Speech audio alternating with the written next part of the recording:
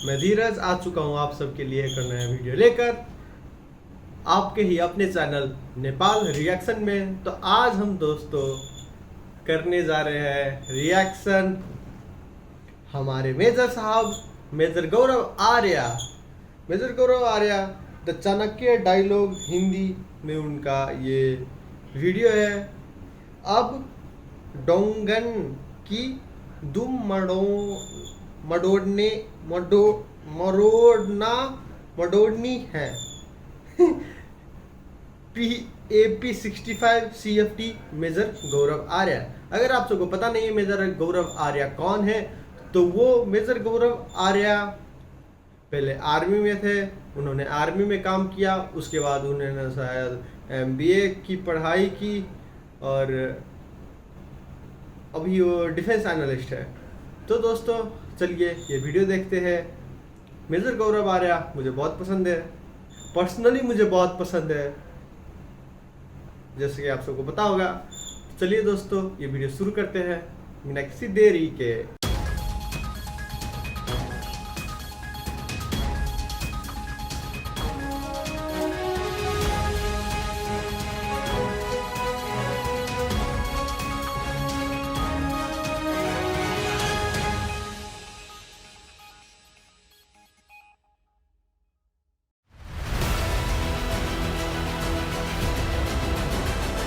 लड़ने का माहौल बना सकता है, क्योंकि बिना पैसे के आपकी फौज कितनी भी तुर्रम खानो, बिना पैसे के आपकी फौज नहीं लड़ सकती। आपको आप बाकी फौज का छोड़ दीजिए, वो खुले में आया था चीन आया था धमकाने के लिए। चीन के गिरा दो, मैं बता रहा हूं 15-20 बंदे गिरा दो चाइना में ना। इतनी बुरी तरीके से खड़का है चाइना को, इनको सचमुच लगे कि चाउमीन में किसी ने ऊपर से अजीनोमोटो डाल दिया।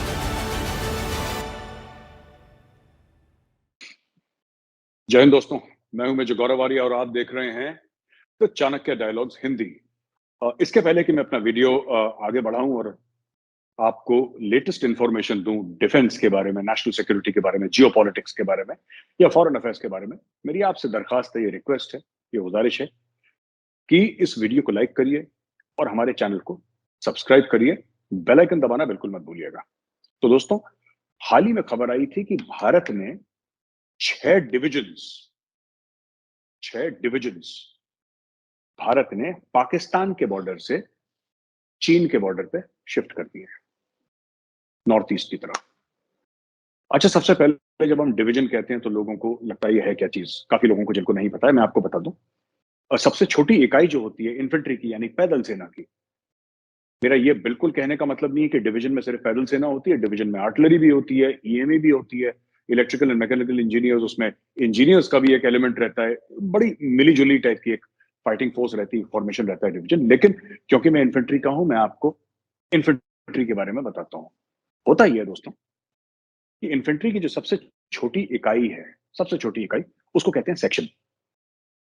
सेक्शन में 10 लोग रहते हैं, एक सेक्शन में 10 लोग। 3 सेक्शन का बनता है एक प्लाटून, 3 प्लाटून की बनती है कंपनी। हमारे टाइम पे 5 कंपनियां, अल्फा, ब्रावो, चार्ली, डेल्टा और हेडक्वार्टर हमारे टाइम पे थी। अब कहते हैं कि सपोर्ट कंपनी भी बीच में आ गई, तो 6 कंपनियां मिला के बनती है एक बटालियन। 3 बटालियन मिला के और कुछ और एलिमेंट्स मिला के बनती है एक ब्रिगेड, और 3 ब्रिगेड और कुछ एलिमेंट्स मिला के बनता है एक डिवीजन। तो हम ये मान के चल सकते हैं कि एक डिवीजन में, ये मैं मोटा मोटी बता रहा हूं आपको, ये एग्जैक्ट फिगर्स नहीं है। आप ये मत बोलिएगा नहीं साहब ये 19-20 का फर्क है, वो फर्क होगा। एक इन्फेंट्री डिवीजन में लगभग लगभग आप मान के चलिए करीब 10,000 लोग होते हैं आसपास, गिव और टेक 1,000 हियर एंड देयर। 10,000 लोग एक डिवीजन में होते हैं। तो दोस्तों, अगर 10,000 लोग एक डिवीजन में होते हैं तो तकरीबन आप मान के चलिए कि 60,000 सैनिक आसपास, जिसमें हो सकता है आर्मर्ड का भी एलिमेंट हो। आर्टिलरी तो होगी खैर, यानी कि तोपखाना, दफ्तरबंद गाड़ियां होंगी, तोपखाना होगा, इंजीनियर्स होंगे उसमें, जो हमारी सप्लाई चेन मैनेज करते हैं एओसी और एएससी, वो तो होंगे ही होंगे, उनके बिना लड़ाई हो ही नहीं सकती। यूक्रेन की लड़ाई जो रशिया के साथ हो रही है, वो सबसे बड़ा प्रूफ है कि जिनको हम ये समझते थे कि नहीं साहब ये लड़ते नहीं हैं, ये तो सिर्फ सामान और खाना और राशन और एमुनेशन सप्लाई करते हैं, नहीं, उनके बिना आप लड़ नहीं सकते, आप कितने भी 30 मार खानो, उनके बिना लड़ाई नहीं हो सकती। तो वो भी होंगे, जाहिर सी बात है। और इसमें हो सकता है कि कुछ एफिलिएटेड एयर एसेट्स हों, यानी कि एयरफोर्स के कुछ एसेट्स हों, और आर्मी एविएशन के एसेट्स जो चॉपर वगैरह, वो तो होंगे ही होंगे। अच्छा, ये तो एक बात हो गई ना, ये तो एक हमने बात समझ ली कि ये हो रहे हैं शिफ्ट। अब शिफ्ट होने में टाइम लगता है, जाहिर सी बात है, आप इतना बड़ा ट्रूप मूवमेंट करेंगे, वो समय लेगा। ये हो क्यों रहा है, मैं इसके ऊपर थोड़ा सा आपको बताता हूं, और ब्रॉड बेस्ड ऊपर ही बताता हूं कि काफी समय से भारत में एक सोच चल रही है स्ट्रेटेजिक लेवल पे कि पाकिस्तान जो है वो थ्रेट नहीं है, थ्रेट चाइना है।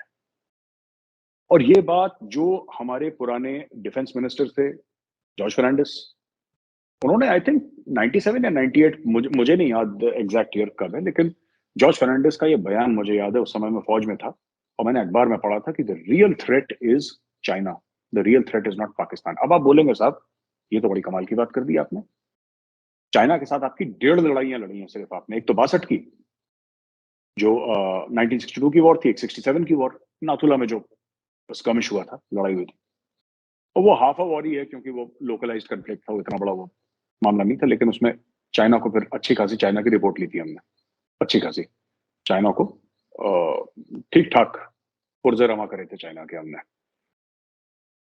खैर, पाकिस्तान के साथ हमारी 1947-48 की भी लड़ाई हुई, 65 की भी हुई, 71 की भी हुई, 1999 कारगिल, फिर पाकिस्तान के थ्रू जो इंसर्जेंसीज फैलाई गई, टेररिज्म फैलाया गया, पहले पंजाब में, फिर टेररिज्म फैलाया गया कश्मीर में, फिर जितने भी टेरर अटैक हुए, 26/11 ले लीजिए, अक्षरधाम अटैक ले लीजिए आप, पार्लियामेंट का अटैक ले लीजिए आप, और कई 100 अटैक्स हैं, ये तो पाकिस्तान से हुए हैं।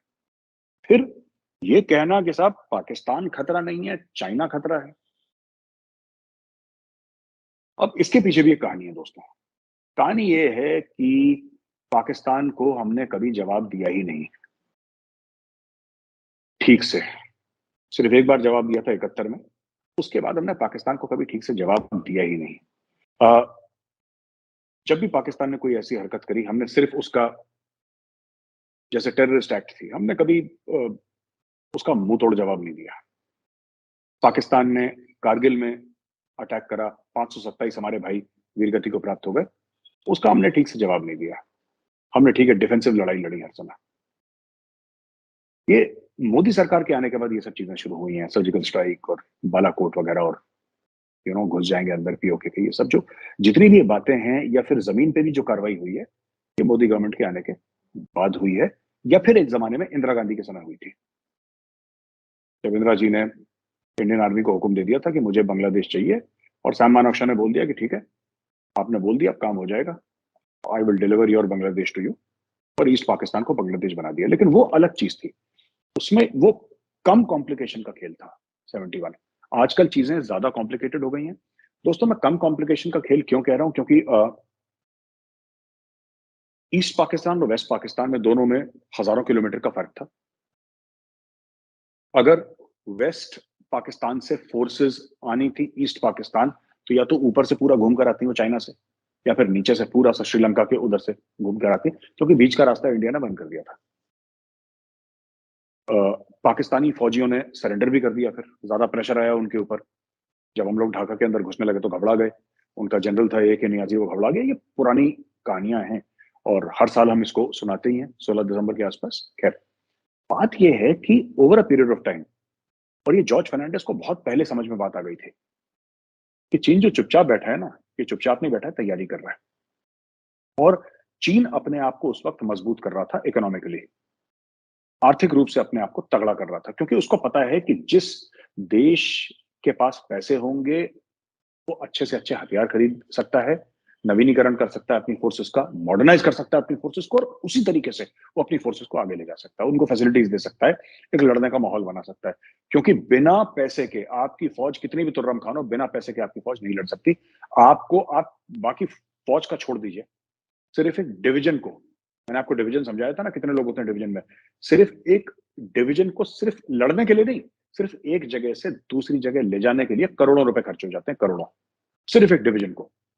तो अब आप समझ लीजिए, तो पाकिस्तान की आर्थिक हालात बहुत ज्यादा खराब है, और ये आज से नहीं, काफी टाइम से खराब है। इसलिए पाकिस्तान जब भी करता है बड़ा सोच समझ के करता है।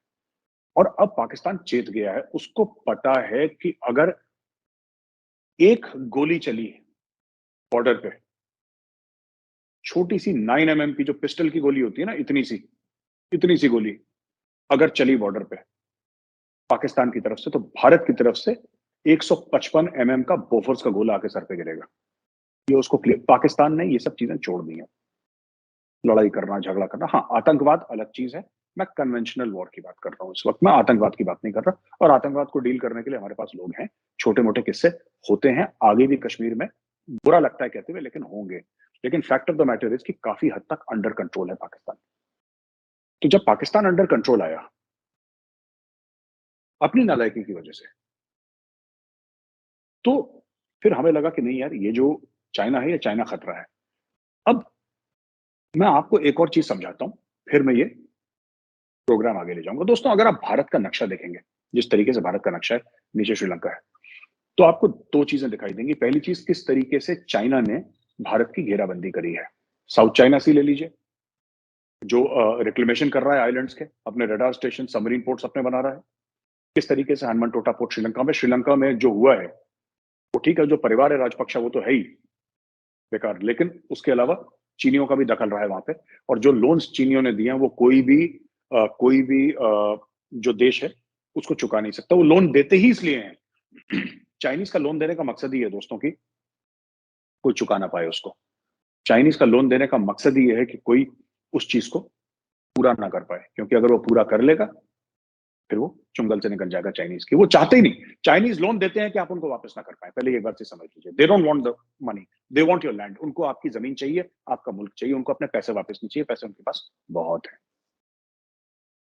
तो हनुमानटोटा पोर्ट नीचे देख लीजिए, एयरपोर्ट और बाकी सब चीजें उन्होंने जो मोटरवेज वगैरह बनाए श्रीलंका में। वेस्ट पे चले जाइए पाकिस्तान, ठीक है, और इस तरफ चले जाइए अफ्रीका, ऊपर बेल्ट एंड रोड इनिशिएटिव जो चाइना कर रहा है रूस के साथ। तो हर जगह से भारत को घेरा जा रहा है, घेरने की कोशिश कर रहा है। एक तो ये बात है, ठीक है। आप एक बात ये समझ लीजिए चीन की, जो घेरने का। दूसरी चीज है कि आप जब भी लड़ाइयां देखें, हमारी लड़ाइयां हुई कहां पे हैं। हमारी जो लड़ाइयां हुई हैं, अब आप देखिए कि 1947-48 की जो लड़ाई थी कश्मीर में हुई थी, आपको याद ही होगा, जब पाकिस्तान ने अपने कबायली भेजे थे। वो लड़ाई कहां पे हुई थी?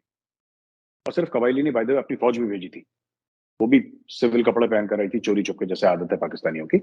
ये आई थी अपने कश्मीर में, नॉर्थ में, ठीक है। तो ये लड़ाई आपकी उत्तर में हुई, पहली लड़ाई। दूसरी लड़ाई थी आपकी 1962 की, वो कहां पे हुई? आपकी ईस्ट में और आपके नॉर्थ में, चाइना के साथ जो हुई। 1967 की लड़ाई जो चाइना के साथ हुई, वो कहां पे हुई? वो ईस्ट में हुई, नॉर्थ ईस्ट ले लीजिए। मैं ईस्ट, इस ये वाली ईस्ट नहीं, मतलब जनरली नॉर्थ ईस्टर्न साइड, इस तरफ ऊपर की तरफ, वहां पे हुई, ठीक है। इसको आप अलग से ले लीजिए। 1965 की लड़ाई कहां पे हुई?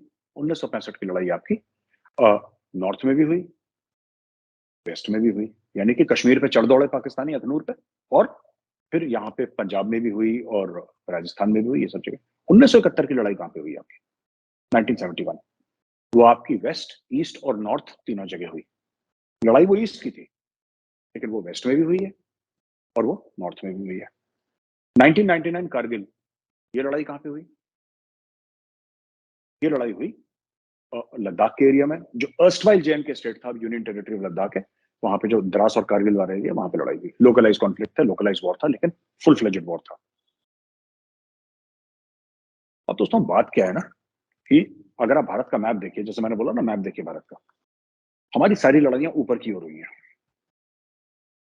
तो जाहिर सी बात है कि फिर अगर हिमालय में लड़ाई होगी या बर्फीली चोटियों पर लड़ाई होगी, तो ज्यादातर फिर आर्मी पे तवज्जो दी जाएगी। जाहिर सी बात है, भारत अपनी थल सेना पे ज्यादा तवज्जो देगा, क्योंकि थ्रेट वहां से है। और कई साल तक भारत यही करता रहा, कोई भी मुल्क होता हमारी जगह यही करता। लेकिन असली खेल जो हो रहा था, वो नॉर्थ में हो ही नहीं रहा था, असली खेल तो साउथ में हो रहा था। यानी कि मलाका स्ट्रेट्स, यानी कि साउथ चाइना सी, यानी कि पूरा ये जो इंडियन ओशन और यहां से पूरा जो इंडियन ओशन है, हमारी तरफ का जो बे ऑफ बंगाल से एरिया लगता है, हमारी तरफ का मैं कह रहा हूं, राइट। लेकिन फिर भी वो पूरा का पूरा जो एरिया चाइना से आता है, क्योंकि ये चाइना की ट्रेड रूट है। चाइना का एक बहुत बड़ा, चाइना का मैंने क्या बताया, चाइना एक आर्थिक महाशक्ति है, एक सैन्य महाशक्ति नहीं है। China is an economic super power, not a military super power. Military super power हो सकता है बने वो 10-20 साल में, आज की तारीख में नहीं है। अब इसको अगर आप देखेंगे, इस पूरी चीज को अगर आप नक्शे को देखेंगे, तब आपको पता लगेगा गेम क्या हो रहा है। आपकी नजर हिमालय पे बनी रहे, क्योंकि वहां पे वो डोकलाम या फिर गलवान या फिर लद्दाख, इस टाइप का प्रेशर आज की तारीख में भी वो प्रेशर डाल रहे हैं, अरुणाचल पर प्रेशर डाल रहे हैं। क्यों? क्योंकि भारत का जितना भी डिफेंस का बजट है, भारत की फोर्सेस हैं, वो ऊपर की तरफ लगे रहे और भारत नेवी को अपनी इग्नोर करता रहे।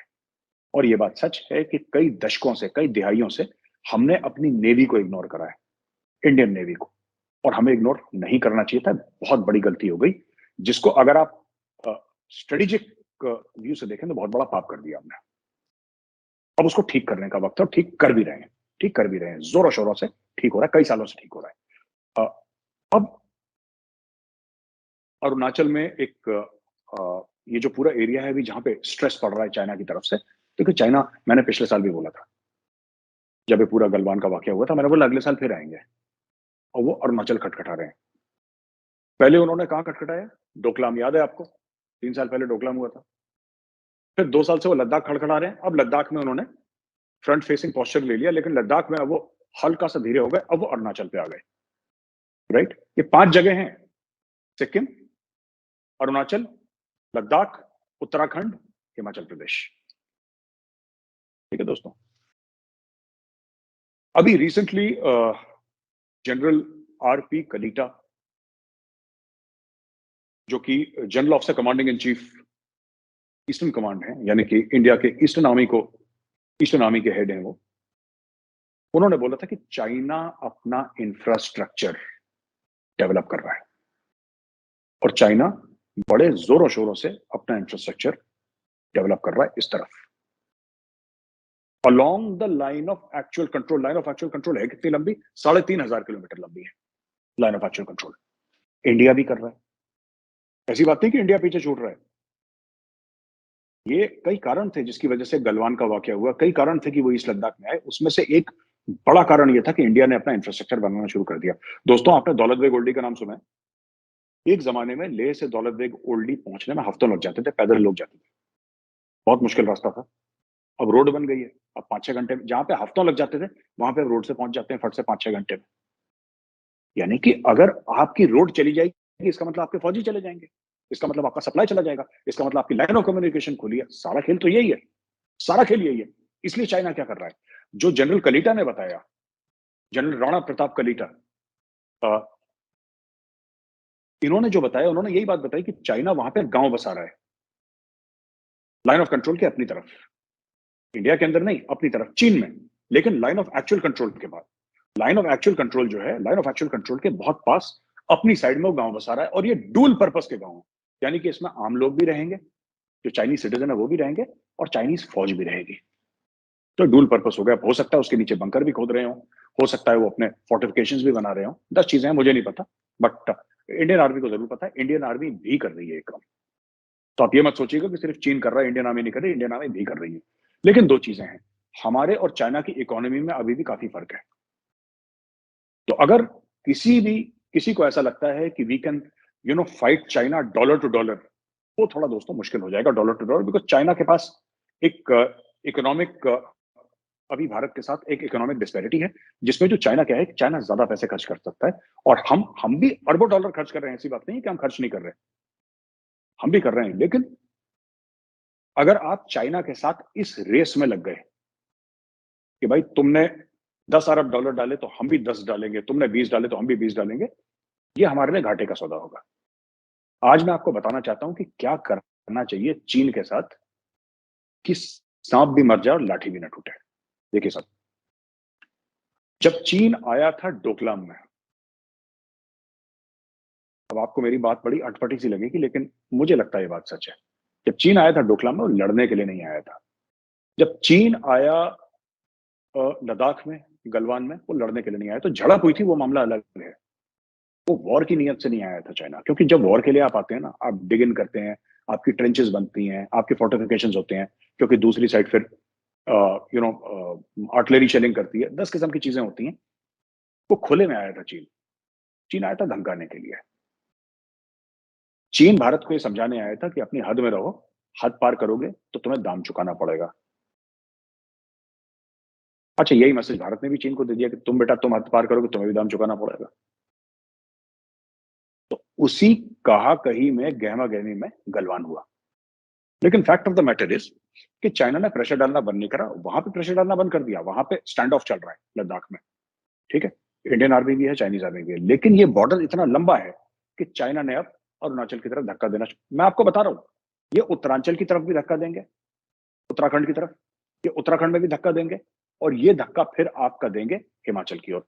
मैं आपको कुछ फोटोग्राफ्स दिखाता हूं यहाँ पे। ये जो लाइन ऑफ एक्चुअल कंट्रोल में जब मैं था, तो ये जगह है शिपकिला। शिपकिला है एक लाहौल स्पीति, आपने सुना होगा। लाहौल स्पीति में एक पू है, एक शहर, पू शहर मतलब कस्बा टाइप का है छोटा सा, अब पता नहीं बड़ा हो गया होगा। तो पू के आगे जगह एक जगह है खाब, KHAB, खाब। खाब में वो हरे सेब मिलते हैं, जो खट्टे खट्टे सेब हिमाचल के हैं ना, वो खाब से ज्यादा आते हैं, बड़े मशहूर हैं। तो दोस्तों, मैंने वीडियो पॉज कर दिया क्योंकि वीडियो बहुत लंबी हो जाती है और देखते देखते भी थोड़ा सा वो हो जाता है, रिएक्शन देने में मुश्किल हो जाता है, बात को समझने में। अब इतना बात मैंने इतना 20 मिनट का वीडियो देख लिया अभी नहीं, और उसका मुझे अब आप सबको बताना पड़ेगा कि मैं क्या सोचता हूँ इसके बारे में। तो बहुत लंबी वीडियो है, तो मुझे भी हल्का प्रॉब्लम हो जाती है, इसलिए इसका हम पार्ट 2 जितना बचा हुआ है उतना हम दूसरी बार करेंगे। तो दोस्तों, चीन खेल रहा है यहाँ पर, उसने अपना इकोनॉमी बढ़ा लिया। उसको पहले ही पता था कि अब आने वाले समय में मिलिट्री पावर तो एक पावर होगी, पर सबसे उससे भी ऊपर होगा इकोनॉमी। किसी देश का अगर इकोनॉमी बहुत ऊपर है तो मिलिट्री पावर भी ऑटोमेटिकली उसका अच्छा हो जाएगा, क्योंकि सप्लाई मिलेगा उसको, पैसा, सब कुछ पैसा है।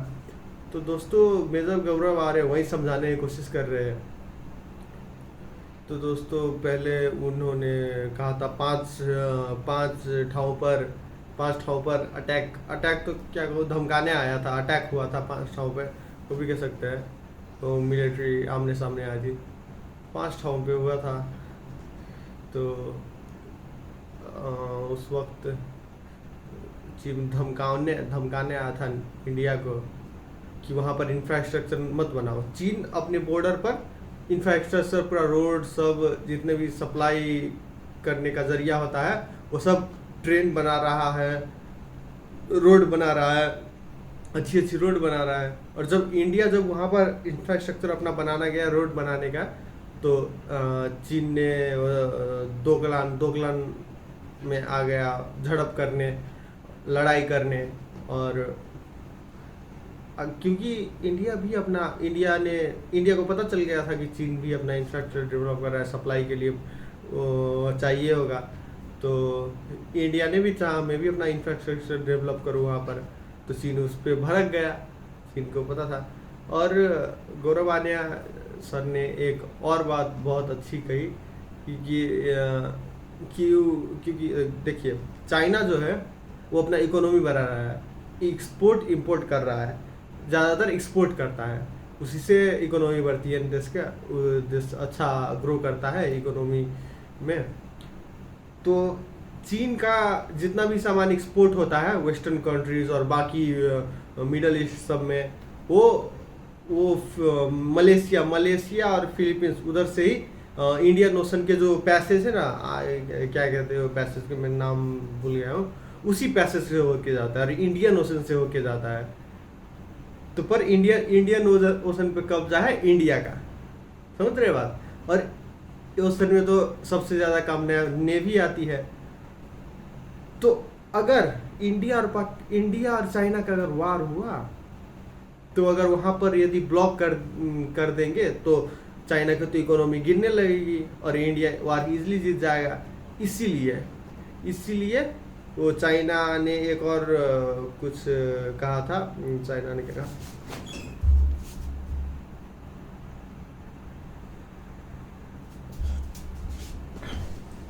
तो दोस्तों चाइना ने वहाँ पर एक पैसेज खोलने वाला था। चाइना वो उस जगह पे एक पैसेज खोलने वाला था। जो पैसेज खोलकर चाइना एक्सपोर्ट इंपोर्ट कर सकता था वेरी इजीली, बाईपास करने के लिए इंडियन नेवी को। तो पर इंडिया ने वो होने नहीं दिया। उस देश में, कौन सा देश है मैं नाम बोल रहा हूँ, मुझे स्टोरी पर याद है। तो दोस्तों चाइना अब क्या कर रहा है कि चाइनीज जो आर्मी होता है बहुत वीक होता है वो लोग, मुझे पता है। हाइट पर जाता है हाँ करने लगता है। तो दोस्तों इसीलिए वो ट्रेन भी बना रहा था वहाँ पर हिमालयन सब में, क्योंकि चाइनीज आर्मी वहाँ पर टिक नहीं सकता। इंडियन आर्मी जितना स्ट्रांग नहीं है ना चाइनीज आर्मी, मुझे पता है ना दोस्तों, मैंने देखा हुआ है वो वीडियो से, बहुत वीडियो मैं देखता हूँ। तो ट्रेन बनाया था क्योंकि अगर कुछ भी हो जाए, कोई भी आर्मी हाइट की वजह से बेहोश हो जाए, वह कोई प्रॉब्लम आ जाए उसको, तो जल्दी जल्दी ले जाने के लिए, क्योंकि वो लोग इतना स्ट्रांग नहीं है चाइनीज आर्मी, इतना होता है चाइनीज आर्मी सब। तो इसलिए दोस्तों अभी तक तो वीडियो इतनी ही थी। तो इंडिया का अपना ही स्ट्रैटेजी है। इंडिया में एक से एक डिफेंस एनालिस्ट है। Major Gaurav Arya one of the हुए top, one of the best कहना चाहूँगा मैं। और भी बहुत सारे हैं, मैं उनका बहुत बड़ा फैन हूँ। इंडिया में टॉप क्लास डिफेंस एनालिस्ट है। तो दोस्तों यहीं तक थी वीडियो, और आगे का पार्ट 2 हम बाद में करेंगे दोस्तों। जो 17 मिनट का बच गया है हम नेक्स्ट पार्ट 2 में करेंगे। तो दोस्तों मेरे चैनल को सब्सक्राइब कीजिए अगर वीडियो आपको अच्छा लगा हो। मेजर गौरव आर्य के चैनल को भी सब्सक्राइब कीजिए। मेजर गौरव आर्य का तो चैनल नहीं है, ये चैनल का नाम है चाणक्य फोरम। चाणक्य फोरम को भी सब्सक्राइब कीजिए और लाइक कीजिए उनकी वीडियो को। द चाणक्य डायलॉग्स हिंदी को सब्सक्राइब कीजिए। और दोस्तों मिलते हैं इसकी पार्ट 2 में, तब तक के लिए गुड बाय, नमस्ते। और लाइक कीजिएगा और सब्सक्राइब भी कीजिएगा उनके भी चैनल को, मेरे भी चैनल को। अगर आपको वीडियो अच्छा लगा हो तो गुड बाय, नमस्ते दोस्तों।